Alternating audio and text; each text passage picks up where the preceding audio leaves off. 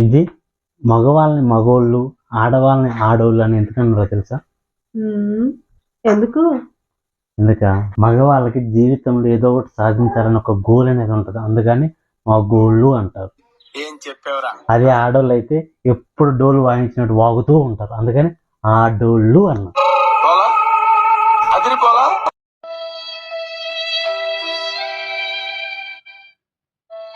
విజయ్, తలనొప్పిగా ఉంది, కొంచెం మసాలా టీ పెట్టవా? సరేనండి. ఏమండి, టీని చికెన్ మసాలాతో పెట్టినా లేక మటన్ మసాలాతో పెట్టినా? టీ అడిగిన పాపానికి నన్ను చంపేద్దాం అనుకున్నావు ఏంది? నాకు టీ వద్దమ్మా.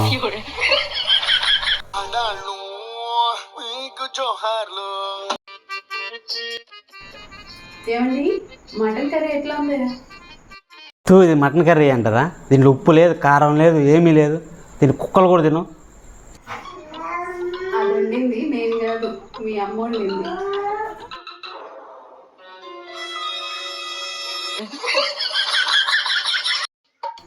పోనీ పప్పు ఎట్లా ఉంది? సూపర్ ఉంది. కూర అంటే ఇలా ఉండాలి, సూపర్ ఉంది. నాకు తెలిసే నేనంటే చాలా ప్రేమ. ఆ పప్పు నేనే వండింది.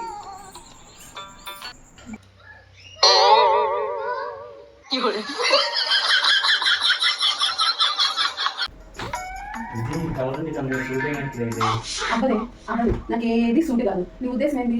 నీకు నేనే సూటి కాలేదు, నీ డ్రెస్ బాగుంటుందనే కదా. అదే గంగిర దేవి వేసుకున్నా బాగానే ఉండేది, కానీ నేను వేసుకుంటే నీకు ఏది నచ్చదు.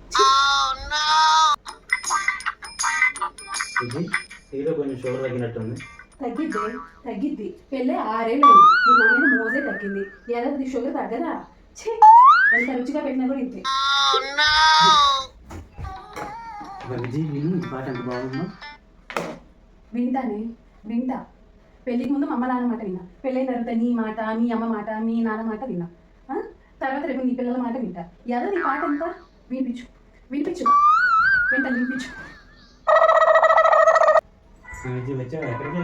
బజార్కి వెళ్ళాను. నాకు చెప్తే నేను వచ్చాను కదా. చెప్పేళ్తానే, ఇంకెక్కడికి పోయినా నీకు చెప్పేళ్తా. ఆఖరికి రేపటి నుంచి దొడ్డికి పోయినా కూడా నీకే చెప్పేళ్తా. ఇప్పుడైతే చెప్పకుండా నాకు తప్పేనయ్యా, సరేనా? క్షమించు.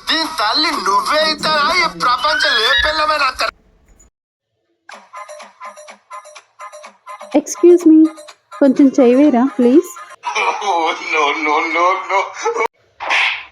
చెయ్యి వేయమంది నా మీద కాదు, బండి మీద.